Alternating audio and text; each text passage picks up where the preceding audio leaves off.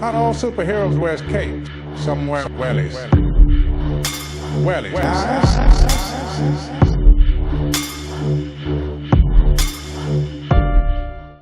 Doesn't it look well? Yeah. Huh? Yeah. Need a bit of harness up there somewhere.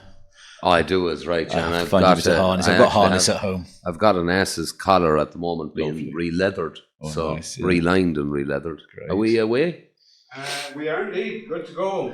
Hello everybody and welcome to the Patreon, second part of our conversation with Wolfe Amos. This is where we get into the meats and bones of the subject and that. So I'm going to start off with a nice, gentle question. Aliens, are they real? Aliens. Yeah, there's a few seem to have come over on the boats. I think they come over on rubber dinghy. Is that what you meant? No, yeah. Go on, throw that question at me again. Yeah, sorry there, Patreon. It was my mistake. Get away from the Trump aliens there for a section. You went about UFOs and... Yeah. Look, I've been observing out here in the Dromore West, East Enniscrone area. Mm-hmm. There are some very strange things happening. Very strange things. Lights, movements that seem far too quick to, to be explained. Is there something to it? What is it? What's your opinion on it? It's funny because I do spaces. I've told you this, and we do UFO spaces, and okay. I listen to a lot of stories about UFOs. Okay, and I have a couple of my own, but I listen to a lot of stories. Yeah, I mean, I wouldn't dox anybody, but some of the ones are very similar to what you're saying. These lights that are moving abnormally.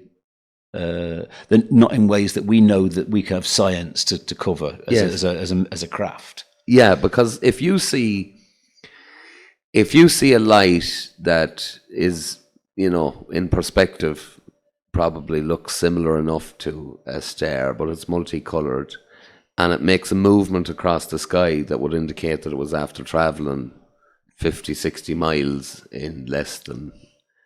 Yeah. You have to, if there's a human being in that, and you're following the science of G-forces and...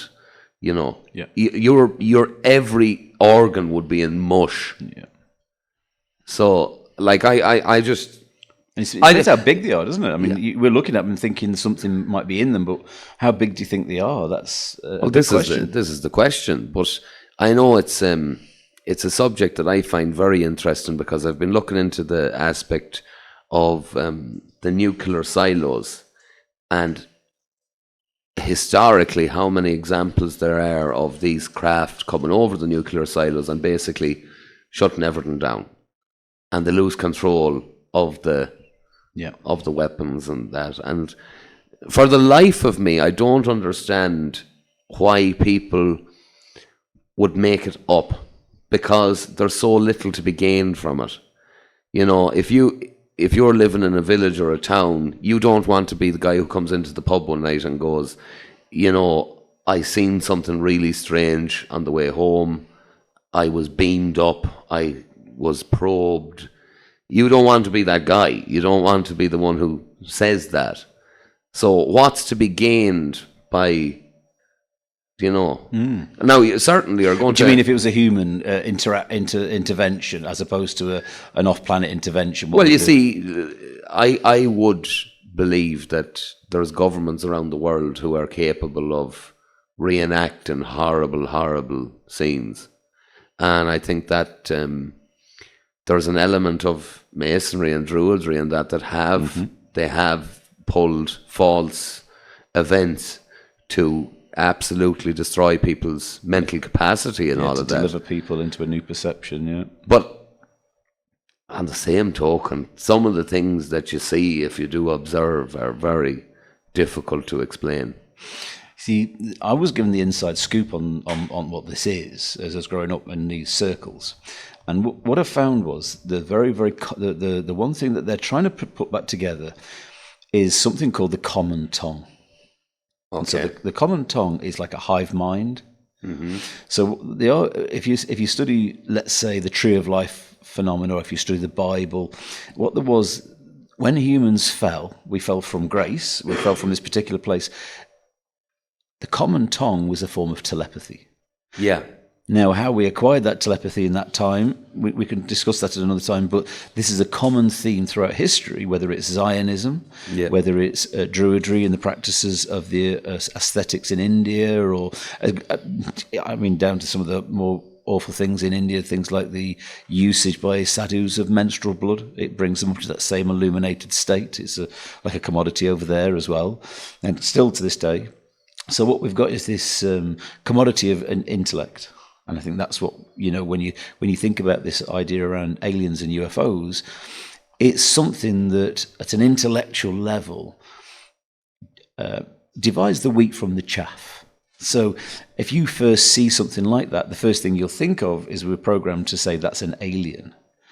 And so in the same way as they say that, there's certain mocking going on, those light forms are quite natural. There's been proven now that there's high altitude light forms that don't seem to have any direction or trajectory. They seem like a bolt lightning of sorts, but it's definitely a plasma event. And so, of course, we hear about the fairies and things like bolt lightning.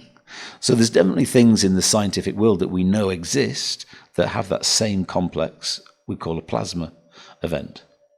So if we take the Tesla technology, we realize through sine wave, square tooth wave, and sawtooth wave, used in combination in three-dimensional space, that this plasma event is a potential. So when in the 80s, when I was sort of hearing about the crop circles, and we'll get back to the point I was trying to make, is when I was hearing about the crop circles in the military industrial families, what they were doing was, I don't know this for a fact, but I'm fairly sure this is the case, is they were saying to these guys, look, we've got this new technology, this new invisible technology. So it's like a business card. You've got it. So you see a book, and you see a book of designs, and you say, right, give us a field, give us a set of coordinates, give us a date, and then you can go and watch this new technology make this in your field.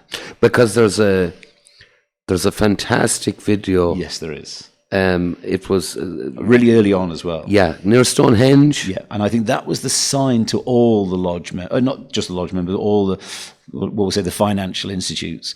This is the video that proves that this technology exists. Well, can you just describe it for the listeners or that? So it's literally that. It's those three frequencies. It's a three-dimensional space, and what happens is it agitates the molecular structure. Yes. And in that agitating the molecular structure, everything has, when it's made, a north-south bias within a molecular structure. And it's the way the ions sit. So when something's cast, they sit in these particular directions. But what this does, it agitates the molecular structure, so those ions are no longer magnetized to a north-south direction. They're agitated random. And so it loses its form.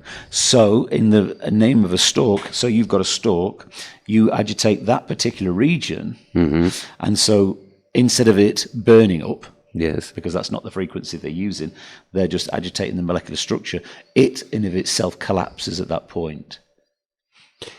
And so that's the bend. Can I put this to you, and I'd say you're clever enough to deck on to what I'm talking about. Can it be used for knocking buildings? That's the problem.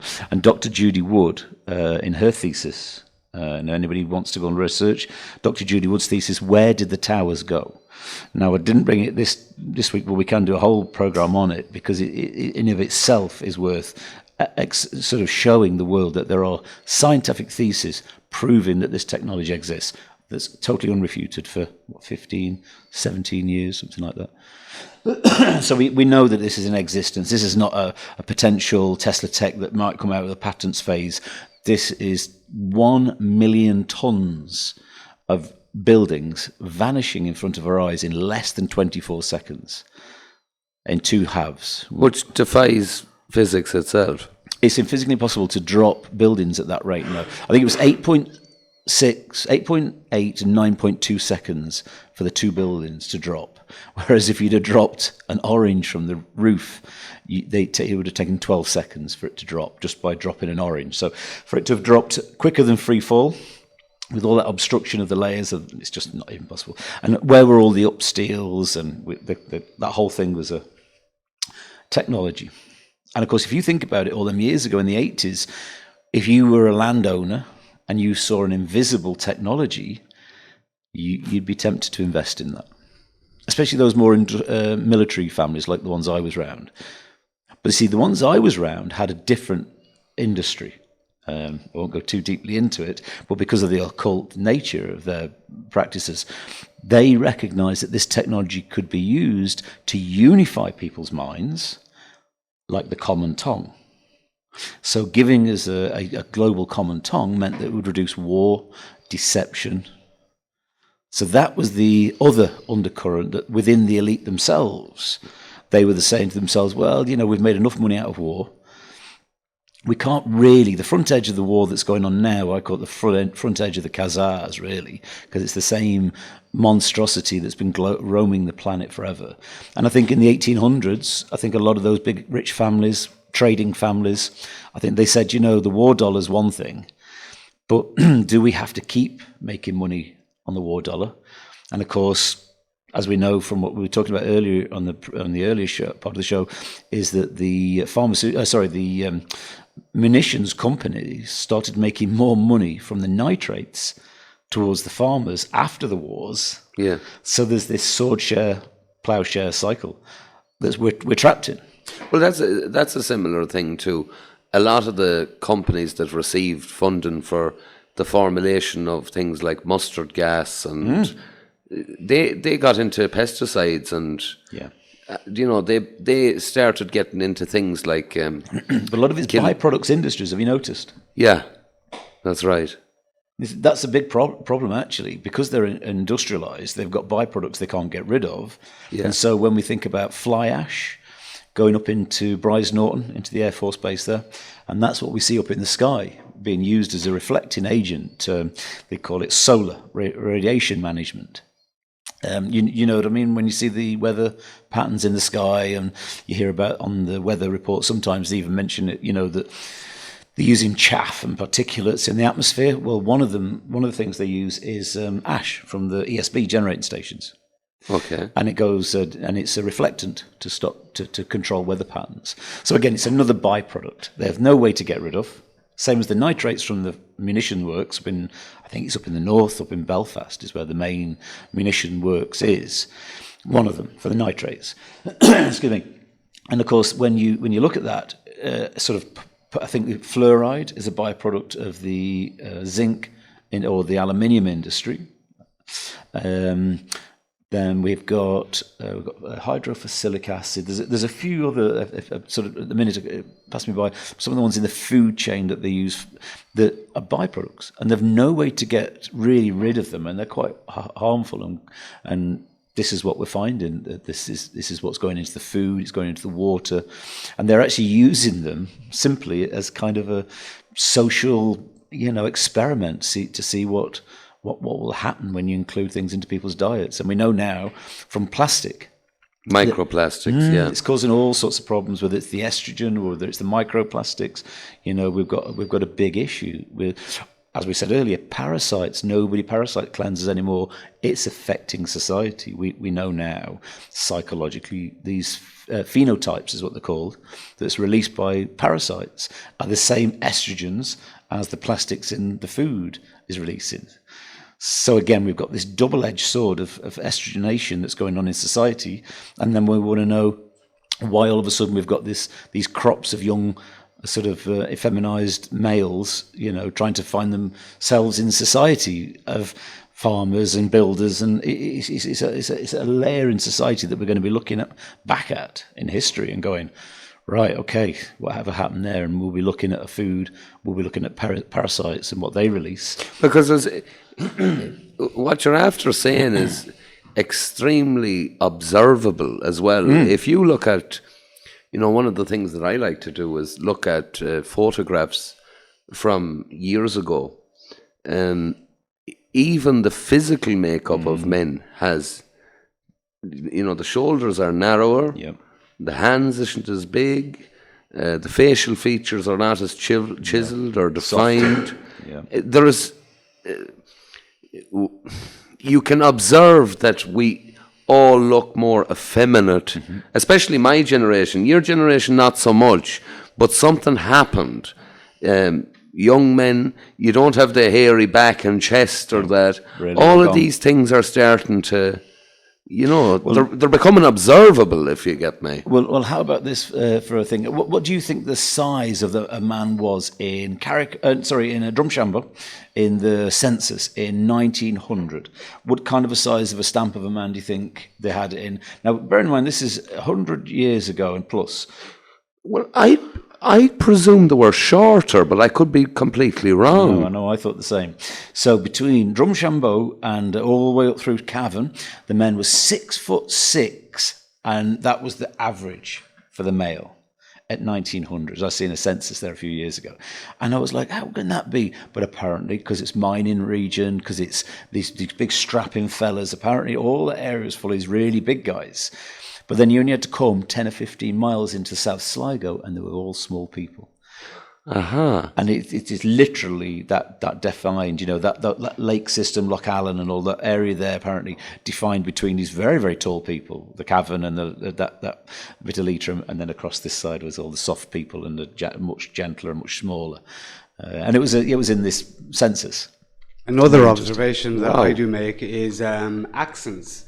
So, if you take Grange and then you take Bundoran, I mean, huge difference in accents in such a small, few miles. It's interesting about that because if you look at the way we were tribal, if you look at the way they twisted the ends of words, specifically so the neighbouring tribe wouldn't quite get the full nature of the conversation.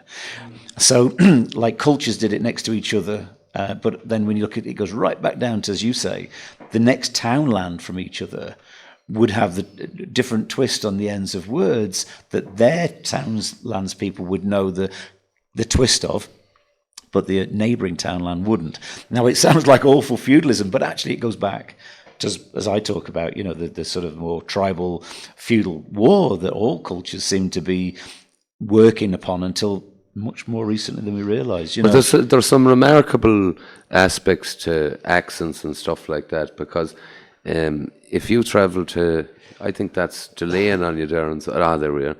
If you travel to Donegal or that, you'll notice that they really use the word sir. They call everyone sir.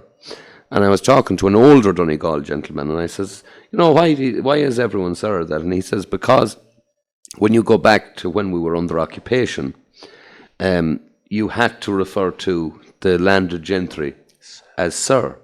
So he says what we started doing in an act of rebellion was to call everyone sir.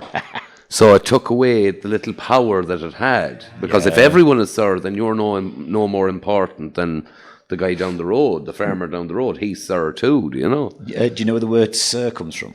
No. It's interesting because there's another thing I like to talk about is this global phenomenon of the czars. Yes. So if you go across the planet, there's this whole network.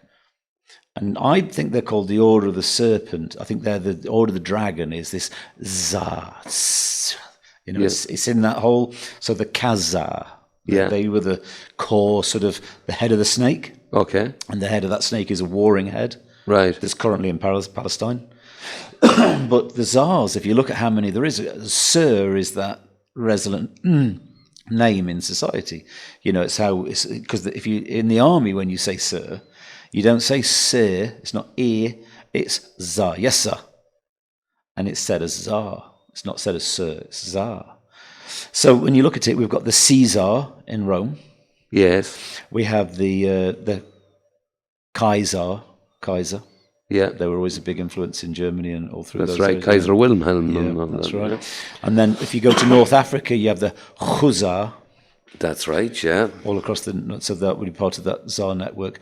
Then, of course, we come across to the Greek, which is the Kassa. Mm-hmm. So that's the Greek version of the same. Then if you go right across to India, you've got the Sahib, which is again the master, the Sahib. And then you have in Persia, you have the Shah. Mm-hmm. And it goes on a lot more like that. There's a lot more of them. Then, of course, into more recent times, there's the Commissar. Communists are. So we've got this global network of czars, and that's where the word Tsar comes from. It's from this particular elite class that are globalists, actually. When you study them, they're not particularly from anywhere, and this is why they morph into new families and into new areas and breed into families just to get their influences. And technically, it's nearly better to absorb these families into trade than to continue what they're doing right now, which is those families are basically generating wars in certain areas. So they're getting all the sort of peoples to invest in munitions and bombs, and then eventually they've got to use them somewhere. So we've got this, again, we're going back to that same cycle. It's part of the human condition. We've got this war-peace cycle, and we can't get out of it. It's part of the human condition. And until we know where it comes from, and of course, when you go back to tribal warfare and cannibalism itself, you realize this is where it all roots back to. The dark arts. It's all of those things that we see as a mystery. You can literally take a funnel line in through the human condition and see where it roots in. And so, yeah. Well, someone said it to me years ago that fundamentally everything is based on, which master you serve. Is it light or is it dark? But both sides has a master, and you don't get out of the game without serving one of them. Yeah. And, as I've grown up or that, I've started to realise there could have been a lot of truth in what that man said. And I think, unfortunately, at the moment, we have an intelligentsia, an academia, that seem to be more concerned with bloodshed and death. Like, they don't know it, you see. No, but you see, this is the academia and all these big monies. They just invest their money with these groups like your Black Rocks, and they don't know where that money goes. It's a little bit like this point I'm trying to make about the fertilizer, the nitrates. Yes. If there was a national advertising campaign tomorrow, yes, and it said, "Please be aware that the bombing of Palestine and the bombs used are a byproduct of your fertilizer," how many of the Irish farmer would instantly sort of look at that product and question whether to use it again? So can you see what I'm saying about the way the investments are set? Most farmers will carry on using the nitrate, not because they want to, but because on a business level, they have to. And so society is trapped with investments, and society is trapped in this particular negative cycle. But there's an aspect of it too that you wonder, do people care? Because if you take something like the electric car, it's very easily accessible for you to take a look on the internet and see a video of Congolese children digging with their hands for lithium. It's horrendous. And those batteries are not possible without that. Yeah. But then you'll get some wealthy individual in whatever country who drives around feeling that they've done something good for the planet. Okay, well, you've done something for the planet, but how many small African children have been tortured for you to feel that way? So would you believe that they make things toxic? Would you believe there's such a dark force on this planet that they actually make things with a toxic base? Yes, I would believe that. It's like energetics. It's like a bad form of homeopathy. Yeah, but is it? And the reason I say it just quickly is because there's a new battery out, and people should go and look and invest in this. There's a new battery out. It's a hemp cellulose base battery, and it outstrips and outworks anything that they put on the market, and it is now on the market. So people want to make a choice. It's certainly worth putting a few shekels, a few crypto coins, a few whatevers you've got to the companies who's working this, because they're saying these batteries are excellent. They're absolutely excellent. Do you feel that that technology was a technology from the past that was actually buried and now it's brought up again? Yeah, I think so. Yeah, I think so too. And it makes a lot of sense that we're working on revisited technology because it's so natural. You can't keep something natural down. If the mind can imagine it, it's going to happen. And maybe this is an argument for keeping a perspective around World War and all these other negatives. Maybe we have to cap the conversation sometimes. I know that when I come into these conversations, I like to think that when I come out of the conversation, I'm back into the normal world, you know. I'm back with the rabbits and the goats and the sheep and doing that. But this is like a little window. And I think we have to start working it a little bit more like that. I think that's why you've started up, I think. What you said earlier there is such a prime example of it, that, the hemp-based battery, or that if a society was really, truly advanced, they would be incorporating biological and natural elements into their technology, which would mean that it is renewable and it rots and there's no sign of it. So one of the things that we all have to face up to is that if in the distant history there was a really truly advanced society, chances are there would be very little remaining for us to... Because it would be biodegradable. Exactly. Yeah, I agree. Except for big stone buildings. That's right, yeah. But that's as old as with silt all the way up the windows and half of it underneath the ground. And people are saying, well, I've seen video footage of them digging it out. Yeah, but there's in the last 100 years, actually digging out buildings from underneath this silt. Yeah. And they're saying, well, we don't even know why it's down there. But of course, when you look in the long term, it appears these natural resets occur quite regularly. And now a word from our sponsors.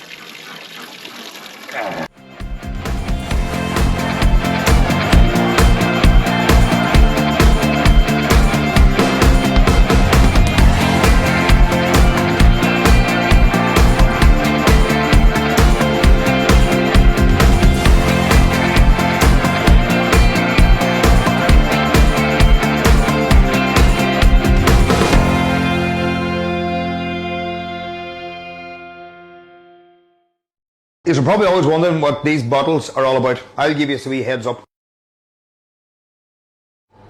Folks, what we're going to talk about now is beetroot. Now, I've based my bottles around beetroot, and the benefits of the beetroot is it boosts athletic performances, stroke prevention, and that's what it does, massively helps benefit the heart. It's a natural immune booster. Listen, I would love to put a health claim in the bottle and say natural immune booster. We're not allowed to, but the bottom line is, when by any 4 weeks, they're not a one wonder bottle, you'll not do it overnight. So try it for 4 weeks, it'll cost you no more than about €48. What's not to like about that?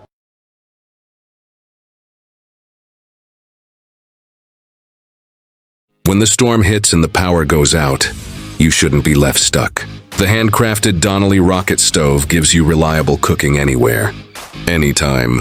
Using just small bits of wood, it's efficient, eco-friendly, and built to last. Cook outdoors with confidence, whether it's for emergencies, camping, or everyday use.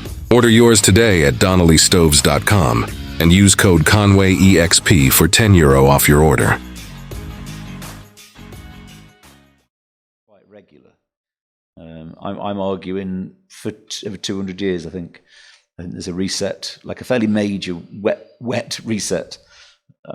Well, you're speaking there about. You see, I'm only looking into that at the moment. They're on about the mud floods and stuff like that, and it's very interesting. But I can't pin me opinion to it yet because I don't know enough about it. You only have to go to Sligo. When they were doing the road into Sligo, where they had to keep stopping the main road, Yeah, because as they were digging in, they kept finding these layers. And in these layers, they realised there was stacks of cultures. That's right. 15, 20 layers. And they said, well, that means there's 50, 20 tsunamis just to get to this bit here. That was the road, the Castle Baldwin road, the N4, and Roadbridge done it. And there was archaeologists on it. I was doing a bit of fencing on it. But the archaeologist that I spoke to said that they had dug looking for something, and then that someone from Dublin had came down and they filled it in because what they were looking at couldn't be right. No, it was too complex, wasn't it? Basically what it showed was that there was a civilization far before what was accepted, so they covered it in again. Well, I was told it was actually multiple layers, and that was the problem. They were saying what must have been, like you say, maybe at least 20 cultures. Because of the levels of the moisture, the flood levels had come over it. So they were finding ring forts 30, 40 foot down with these incremental silt layers, and they said they had to be from tsunamis. That's, how do I say it? There's something happening at the moment, though, because you have guys like Randall Carson, and he talks a lot the same, doesn't he? Very much so. But I was glad to when you start to look at topography and God above, it's very hard to see past what he's talking about. Do you know? Like because it's the big reset, isn't it? Yeah, everything starts again. But there's always minute resets in that as well. Do you know, in kind of geographical area. Like if anyone would care to look at some of the older archaeology, you can't replicate it today. No, you know, that's very true, isn't it? You know, if you wanted, why doesn't any billionaire like Elon Musk or Jeff Bezos or any of those say, you know what, let's make the Great Pyramid of Giza again, just to show that, you know, it can be done. Nobody does it. 4 ball back. Was it 400 ton, one of the stones, is it? I think there's 2 1,000 ton under those ones. That's crazy.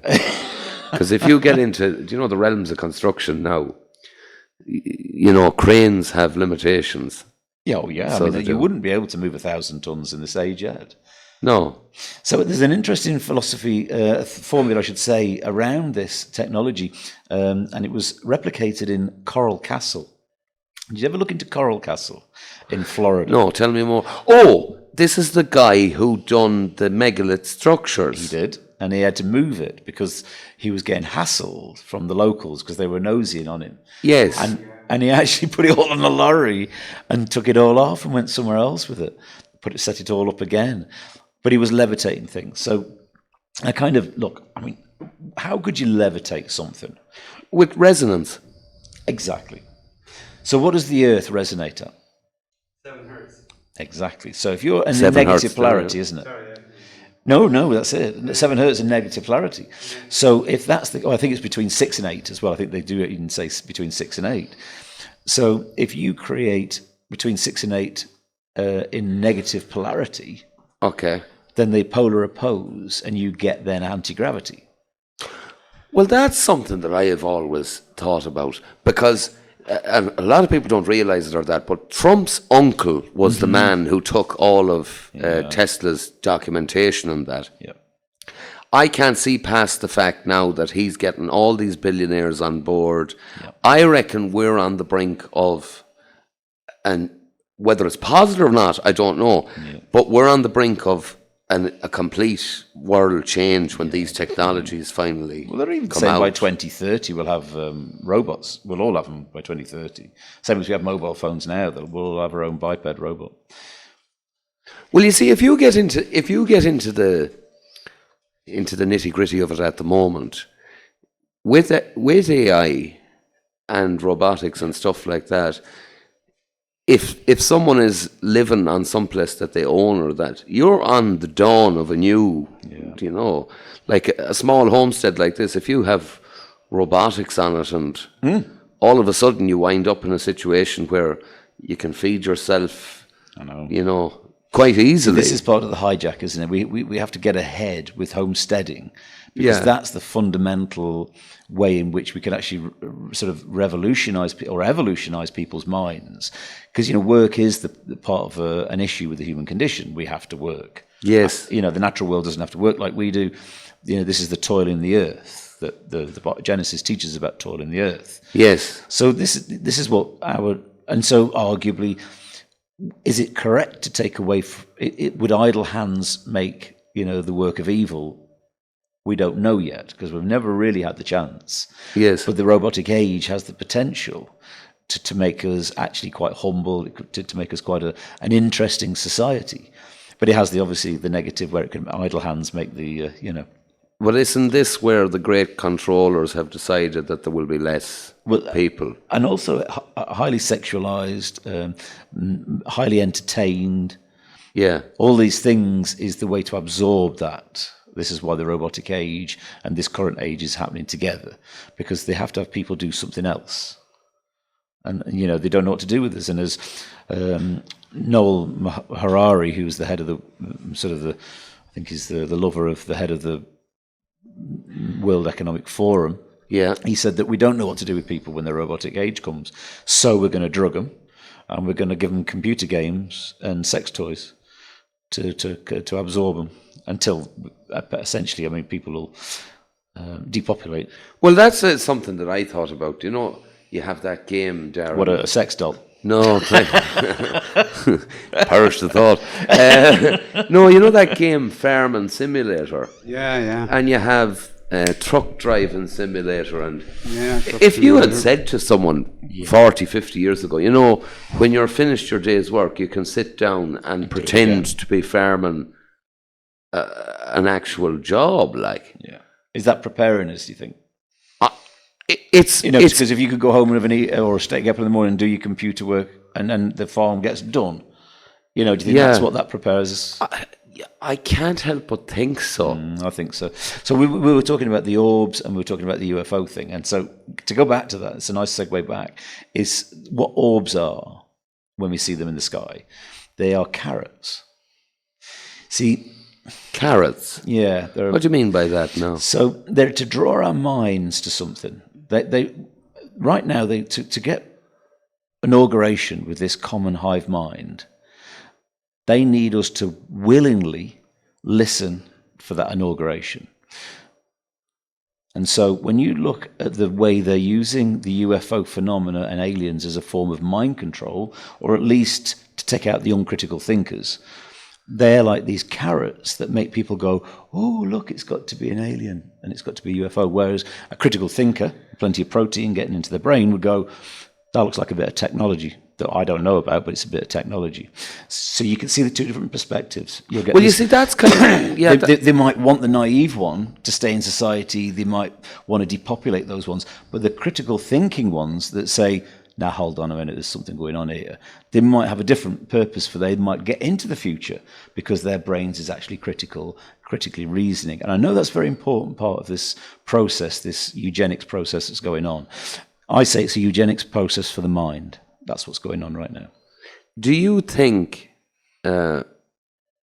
shortly that it'll be possible for people to live extraordinary long lives? Do you think that's just around the corner? So you see, they know that things like the stem cells in umbilical cords, yes, they know they extend your life. This is why blood drinkers and vampirism was always a thing, and why vampires were always considered to be, hundreds of years old. This was a real phenomenon. It was a life extension technology, and in fact, the Bible calls it eating of the fruits of knowledge. And so this was how they were doing it. But now you see, everything's vibration. Goebbels took the resonant frequency of all the organs in 1936. He knew what the resonant frequency of an organ was in the body. Mm-hmm. And so if you think now that if you've got, as we use this, pitch perfect, so that would encourage the organ to remain in its consistency.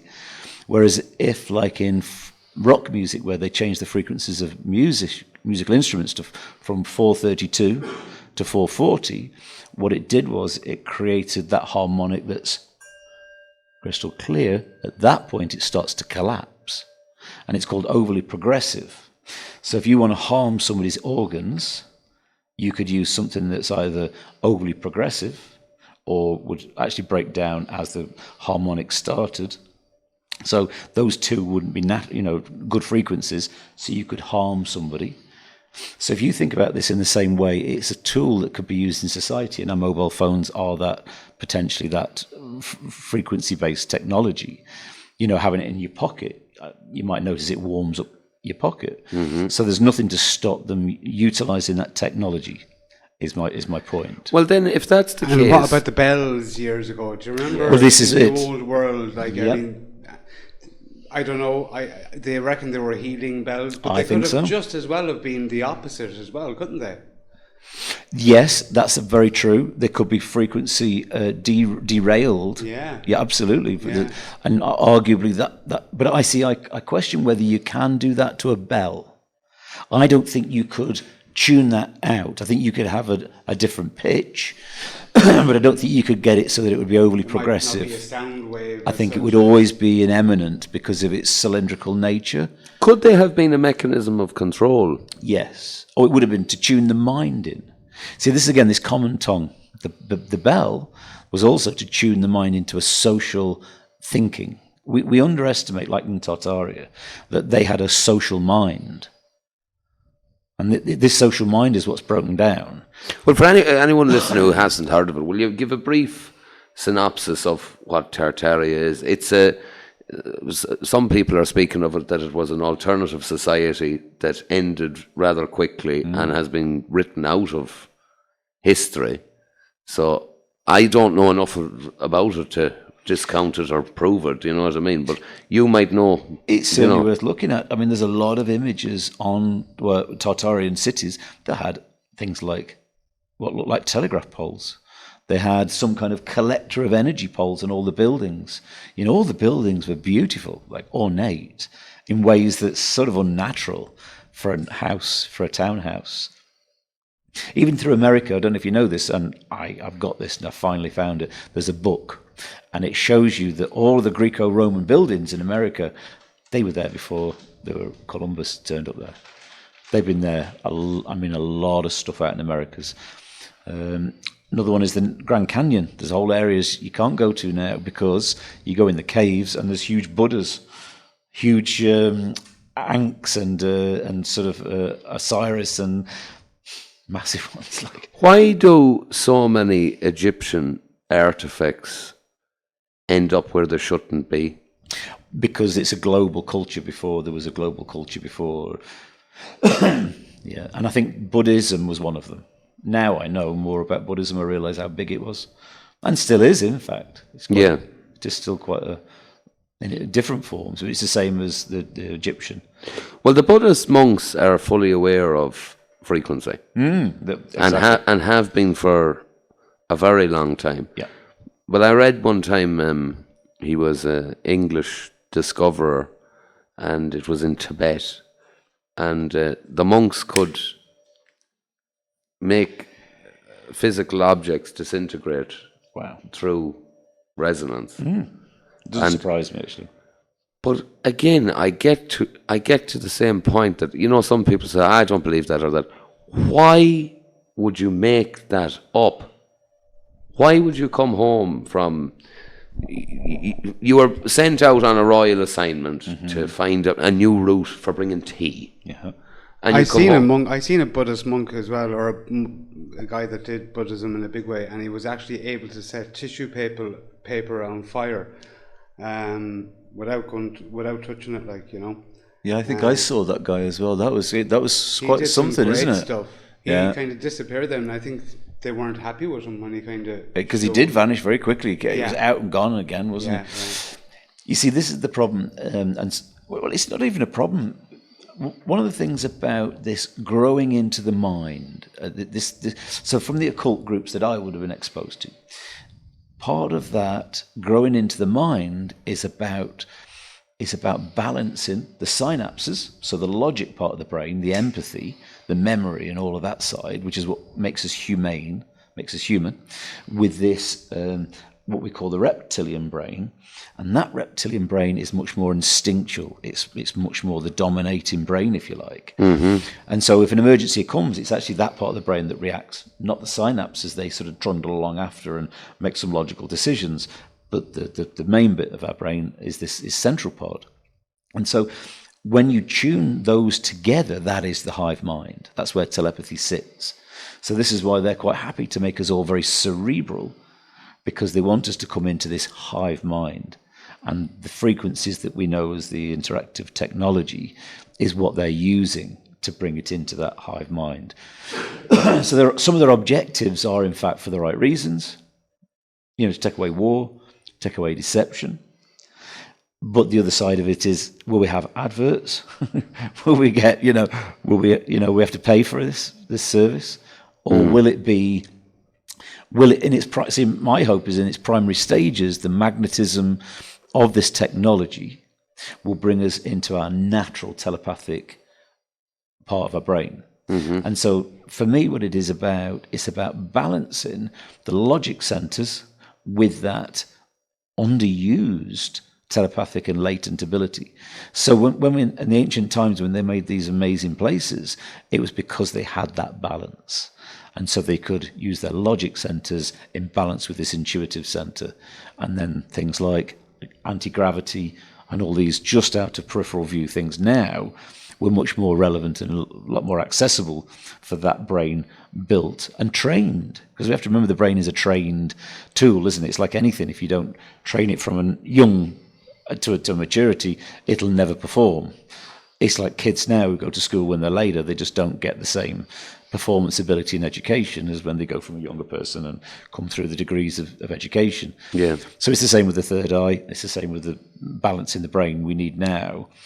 As the kids come away from work and this technological age comes in, we need to help these young people balance that part in them so that they're functioning as this new post-human without needing the technology. There has to be at least a century where technology has been completely stifled. Destroyed. I think it was here and it was destroyed incrementally. But if you go, Tesla is so important with this, you know, radio control. I think I'm going back to the 1890s or 1900s, the early. He was at a scientific expo where he had a remote control boat, and there was people who wanted to open the boat because they thought he had trained a little monkey to drive the boat, and it was pure. He was exhibiting how radio control worked. But if you think of that in the essence that at that same time you had people all around the world who were still ploughing with a horse and plough. Oxen. How much advanced technology is there that we're not aware of, that has been held back from the general populace? If you think of the airships, yes, like, I mean, that's a big one for me, you know. I mean, there is so much evidence out there that these airships existed, and I mean, like, there's even a chance maybe the Eiffel Tower was actually where they docked, you know. Like, and now all we think of is maybe that American football, you know, and you see the blimp, you know, and it's a gimmick, you know. But I think it was actually a huge way of travel at the time. And I do believe that, like, when they say they went around the world in a balloon, you know, that's actually what they're on about, you know. There's another aspect of that as well, is, and you can't get away from it, is how advanced the German military were in the 1940s. And people forget it. All of those important scientists ended up in America, or they ended up into Russia as well. Yes, yeah, well, that's right. Yeah, the Russians took them as right, but which says everything, doesn't it? Yeah, to me, that intelligentsia, looking back now and knowing a few of the other angles on what happened in the Second World War, it was a theatre. It was a theatre for a number of reasons, but distributing those scientists in ways that would never have happened. You know, distributing the Jews into the Middle East would never have happened if it hadn't have been for that fundamental... Would you be of the line of thinking that it was probably the first real organised blast of globalism, which was to take... Because, you know... You said it was a project of Zionism, for sure. Yeah. Definitely. I mean, you can actually see it's the same template, the collapsing of economies, using proxies to make that happen, then coming along and saving everybody, and then using the impetus of being the saviour for a previously contorted equation as a motion to get what you want. And it seems as if, like I say, moving Jews out of Europe into the Middle East was a very... Now you look back on the written text at the time, you hear the Jews complaining, saying, we don't want to go to a dusty old desert, like, what the fuck? When they did, they made them go, pretty much. Well, you would have, you know, you do have the historical context of the Jews being in the Middle East when the time of Christ and that was in it. You know, they'd be Sephard. Well, see, they would be the Semites side. You know, there would be Semites that are there now. But in fact, funnily enough, they're the same Semite Jews who are actually complaining about the Zionist Jews. They're not Zionist. Yeah. You know, so if you look at when they say anti-Semite, Yeah. Here's an interesting thing, and it's very contentious. But when you hear the words, they get put in position, and the next thing they're shouting anti-Semite. Yeah. So there's a saying, I forget how it goes now, but it's not an accusation. They're not saying anti-Semite like you're the anti-Semite about them. What they're actually confessing is that they are anti-Semitic. And it took me a lot of years to realize when you hear people like Netanyahu say, "Oh, that's just anti-Semite," it's actually a confession. He's just admitting that he's an anti-Semite, because those bloodlines, they're all in Eastern European. His name is Makalovich, I think it is, and they're all got these Eastern European names out in Israel because they are in fact Ashkenazim, they're Khazar Jews. They're not Sephardi. They're not from any of those bloodlines. So now this is divided out, and the world has seen this. Candace Owens talked about it, and now Stu Peters. So I'll go back to this guy, Stu Peters.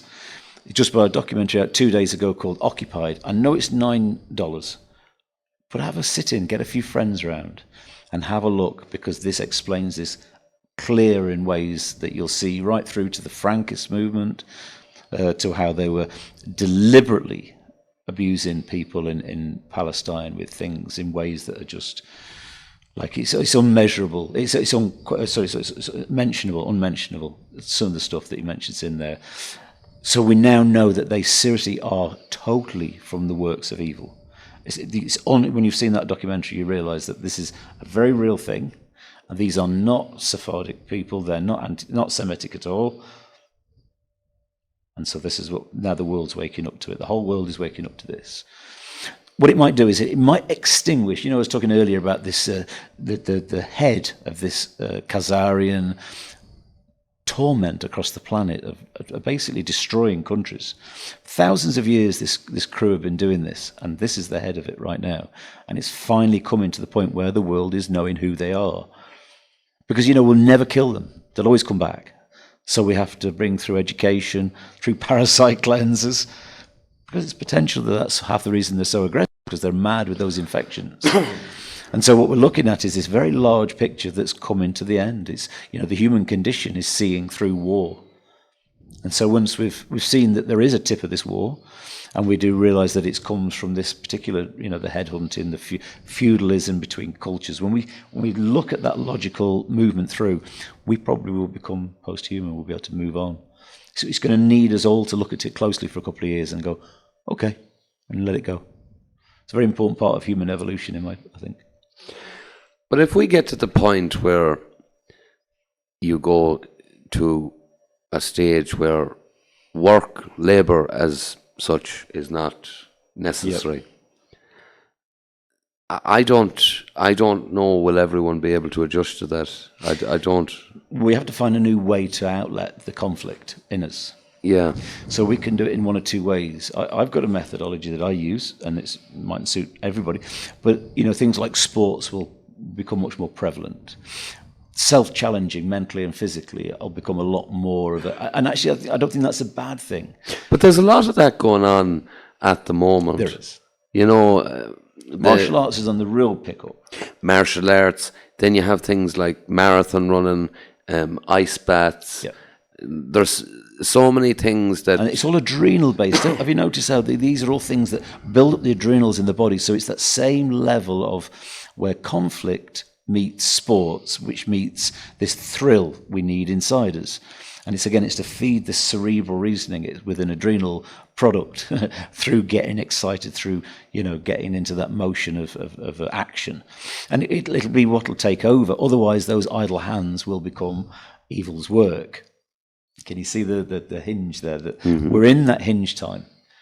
Yeah, I'm really with you on seeing that happening at the moment, because... But I also see the garden as a very natural way to use up that energy. Yes. Rather than letting a robot dig your garden, I think let the robot do everything else. Yeah. Well, it's cutting the grass at the minute. The robots are cutting the grass now. Well, they don't cut the grass, but I'm saying, the tilling the soil and the tilling the earth. It's a meditation. You know, what do you make of them weeding using copper? Anything just being connected, that? Touching the soil, having your bare feet out. These are real things that we always did for billions of years. And we've put a rubber sole on us and we think it doesn't matter. Come on. It's not like that. We are an electrical being that we need to discharge to Earth. So I think that'll be one of the things we should keep. It makes us strong. The very nature of using a spade. And if we're doing nothing else, we can go steady. We don't, because what will happen as we go computer age, we'll get very soft. As a species, we'll get weaker. And that's what I was saying about the guys 100 years ago. We're 6'6", and now we're average, 5'10", 5'11". So in 100 years' time, they're going to be 4 foot again, because there's no physical labour. There'll be nothing to challenge us physically. But I thought we were getting taller as a species. Arguably because of the nutrient, I think we're getting fatter, that's all. I think the physical labour makes a bone density. We're not eating things like bone broth, which made our bone density much. Everybody ate bone broth all the time because we had to use up every bit of the animal. So you'd always have the cheap thing would be the bone broth. But I mean, the density of our bone is just not the same as it was 50 years ago, as you said. The young generation are softer again. Yeah, because they reckon if you do measurements on the pressure applied in handshakes and arm wrestling and things like that there's a remarkable difference. They reckon that it's really, really declined very rapidly. Yeah, and interestingly enough, women are getting stronger. That is, and because a lot more estrogen, so their dominance is coming in through the estrogen in, as we said earlier, plastic, and then parasites producing phenotypes, which is the same estrogen complex. Parasites causing the same. Is there a danger that just as you move through time or that there's cycles where there's a cycle where the world is more adept to a feminine lifestyle and then there's another cycle where it's more adept to a man's lifestyle? And very much so. Does it move in stages or what is it like? You see, there's an old saying, necessity is the mother of invention. And so I think that it could end up in a very seemingly sexist comment, but here's a little tale. This is an interesting one. About 15 years ago, I met a very, very elderly lady, and she told me that on the mountains behind us, that there used to be roundhouses up there with women in. Okay. And she said her brothers, we used to be knocked out of bed to come and work on this road by the black and tans. Now, she was elderly, she was really old. And this was 15, even 20 years ago. 20 years ago, in fact. And so she said that they used to come and knock them out. These roundhouses were just full of women. She said there was no real guy. There were boys about. But she said what happened was in the spring they'd kick them out and they'd send them off with the suckler cattle down to the Midlands to trade them. And she said the last thing they'd say is, don't come back to the autumn. And late in the autumn, right? And that was the routine. So even only 100 years ago or so, that was a phenomena. That was a real thing, that there was a feminized factor in this culture here. And so now being a sort of an earth mother worshipper, that'd be my kind of fundamental, like father, son, earth mother. So with that being a fundamental, I kind of find that that's very communicable quality, that feminine, that earth goddess, it's something that's there for people to tap to. And interestingly enough, plantain is one of the vehicles for that communion. So if you want to commune with nature, I'll tell you a little secret. If I want to find a herb for somebody, I'd go to plantain and I'd literally sort of take it or sort of come towards it and ask its opinion, and something very quickly always comes up. So if you think of communication like that, just simply, no complication, just simple, you'll find that the earth does speak and she's feminine. And so I think that it's undeniable that our cultures for thousands of years were using that template just to exist. Where do we go now? And of course it wouldn't be a patriarchal voice. What came in is, if you study headhunting, it was only ever the men who developed intellect. Women didn't develop that side of they weren't headhunters. It was always the men. And this is why we've got a much more developed logic part of our brain. Women's instinctual behavior is much more intuitive to the cerebral nature. And of course, their menstrual cycle brings them up through that every month, a couple of times. because it's that same complex of adrenals that comes in the menstrual cycle. So what's there in that moon cycle, the menstrual cycle, we are in a salation, like as this part of us, it's much more sun Ra energy. But as a species, what we did was we always had a feminine culture that was earth-based and one could say much more natural. And then we have this artificiated new sort of human logic base that comes through the male lineage, the patriarchal logic base. And so once we realized that we were living in mud huts and places with no windows and like rough living standards up until 1500s even, And I'm not saying we didn't have great cultures before that, but let's say we went through a poor phase.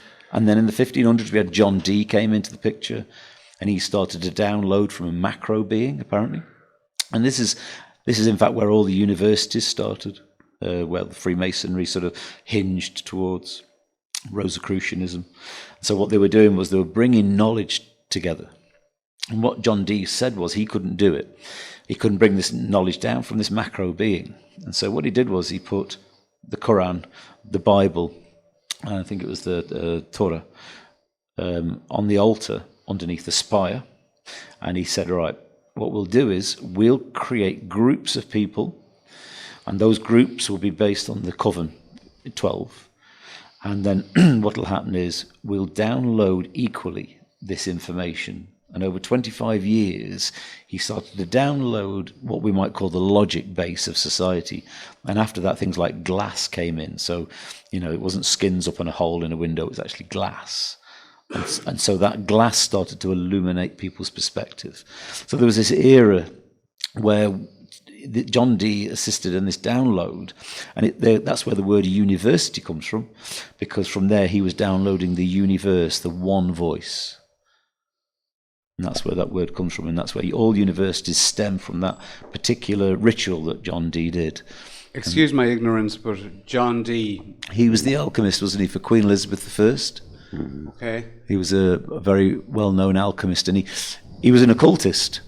He was an occultist. He did a lot of stuff in his life, but Queen Elizabeth I wasn't very nice, I don't think. She was quite it's quite a cruel era. And you see, the thing is, so some of the stuff that I work with is, when they talk about the blinding light of God, Lucifer, what they were doing, they were consuming adrenalized blood to get this drug effect.